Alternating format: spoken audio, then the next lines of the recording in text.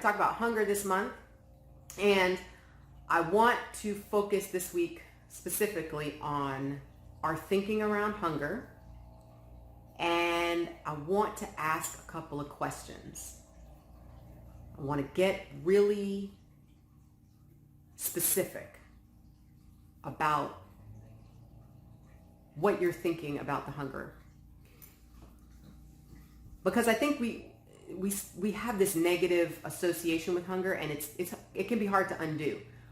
But there's a different way to think about it that I think works really well with some questions I'm going to ask you. So let's start with question number 1, which is, how is hunger exactly what I want? So if you're trying to lose weight and yet hunger is something you're trying to get away from and you don't want it, then it's going to be something you avoid. You're going to walk around with snacks in your purse. You're going to have stashes of food places for the just in case. You're going to carry food in the car because you don't really want, just in case you get hungry.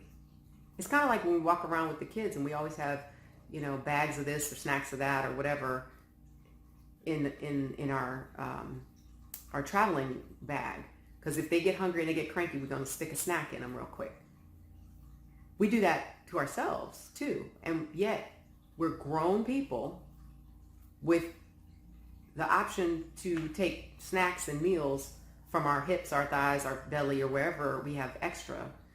And I mean, even if you're normal weight, you still have reserve under your skin that if you missed a meal, you would not die of starvation on the spot. You wouldn't just, oh, that's it. She should have ate. That was the end of her. So hunger is not a bad thing. Hunger is a signal that if you'll feed me, then I don't have to go get a snack or a meal from fat. Let me tell you, the body is all about efficiency. Whatever the body can do to make it easy to get fuel and to stay sustained, that's what it's going to do. So if it's quick sugar, that's why your brain rewards you when you eat sugar and flour, because it tells that part of your brain, that's a reward, that's good. And then you want to do it more and more. Well, the reason why your brain gives you the signal that that's good is because it is so easy to convert that to energy, to fuel. But here's the problem. Then you store it. Or if you just ate a little bit of it, maybe you didn't store it, but you definitely didn't go and take any of your reserves. And if you're trying to lose weight, you got to eat up your reserves. So if you can't get to I'm hungry and allow that blood sugar to drop and let your body have to work harder, it is so much more work for your body to go to your fat cells, convert that into sugar, and feed your brain. It's more work. And so your brain is like, okay, if I reward her or him for eating sugar, then she'll give me more sugar, and then I don't have to do the work of converting fat into fuel. I can just keep it as storage. And then it does exactly that. It stays on you as storage. So you want to convert it to fuel, you got to get to hunger first. Now, if you think this is going to be miserable, I don't really want to be hungry, then it's going to be an uphill battle. But if you can ask yourself a second question, what is perfect about my hunger? What is perfect about getting hungry? How does getting hungry do exactly what I want? How does this get me to my goal? If you can ask yourself, what's great about hunger? And you can answer that, and here's your journal work for this week. Start writing that down. All the ways that getting hungry serves you. All the ways that getting to that point where your body is really calling for food is a good thing.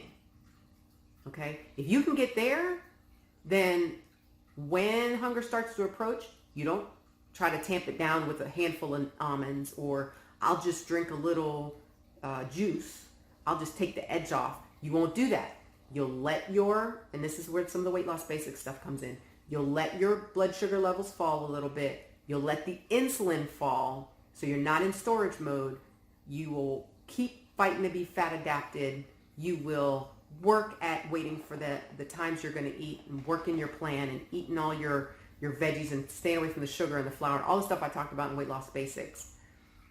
And you will see that the hunger is a tool that serves you instead of something to be afraid of or to avoid.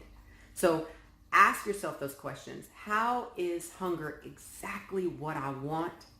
How is getting hungry perfect for me reaching my goal?